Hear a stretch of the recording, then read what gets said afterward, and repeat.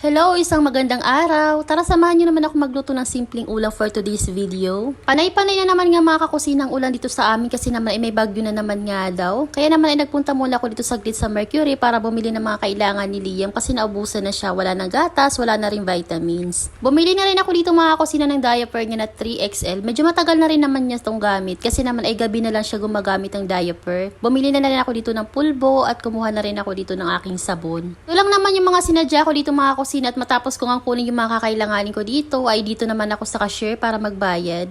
Pagkatapos ko nga magbayad dito mga kusina, ibinigyan nga pala nila ako ng GC or gift certificate worth 50 pesos. Kaya naman inatuwa ako, pero hindi ko rin nasama sa video. Pagkatapos ay dito loto serye naman ang person pagka-uwi ko. Ginisang munggo nga ang lulutuin ko dito mga kusina, simpleng luto nga lang ito. Napalambutan ko na rin ito bago pa ako pumunta ng Mercury. At ito nagisa ko ng bawang sibuyas at nilagyan ko nga pala ito ng sahog na pritong isda, yung leftover namin. Kaunting munggo nga lang itong lulutuin ko mga kusina at mga tira-tira nga lang ito dito sa bahay. Pagkatapos inilagyan ko na ito ng paminta, asin at kaunting granules. Haluin lang natin ito mga kusina at tinantay ko lang ito hanggang sa kumulo. Naglagay din ako dito mga kusina ng pechay at siling haba. Kahit anong gulay pwede natin ilagay pero pechay lang may available ako dito sa bahay kaya naman ito na ililagay ko. Maglalagay din pala ako dito mga kusina ng patola. Isang piraso nga lang itong patola mga kusina at maliit nga lang ito. Nakita ko lang ito dito sa rep para hindi masira isinahog ko na rin.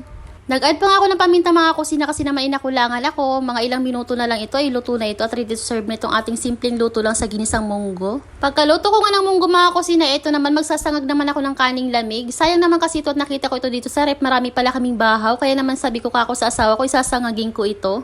Itong Fanchow rice mix nga lang mga kusina ilalagay ko dito kaya naman hindi na ako maglalagay ng kahit ano pang pampalasa kasi naman ito pala ay malasang malasa na. Inubos ko nga itong isang maliit na pak mga kusina dahil tansya ko isasakto nga lang ito dito sa aking kaning lamig at hinalo-halo ko nga lang itong hanggang sa maluto din yung ating mga kanin at uminit ito.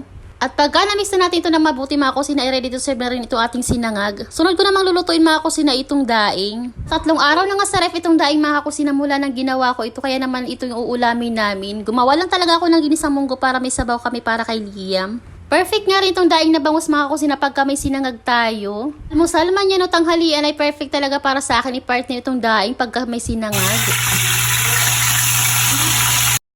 3 piraso nga lang pinirito ko dito mga kusina kasi naman ay meron pa kaming ginisang munggo at medyo tinusta ko nga ito kasi mas masarap ito pagka medyo malutong. Matapos ko nga makakapagluto mga kusina, ito naman ginaya ko na itong mga pagkain ng sa gano'n ay makakain na rin kami. Maraming salamat Lord sa blessing sa araw-araw. Kain po tayo mga kakusina. At kahit ganito mga simpleng ulam nga lang nakahain sa ating hapagkainan ay dapat talaga nating ipagpasalamat sa taas. At kung nagustuhan mo ang video na tayo huwag kalimutang mag-like and follow and paki-share na rin. At yun lang for today's video. Marami pong salamat sa inyong panonood.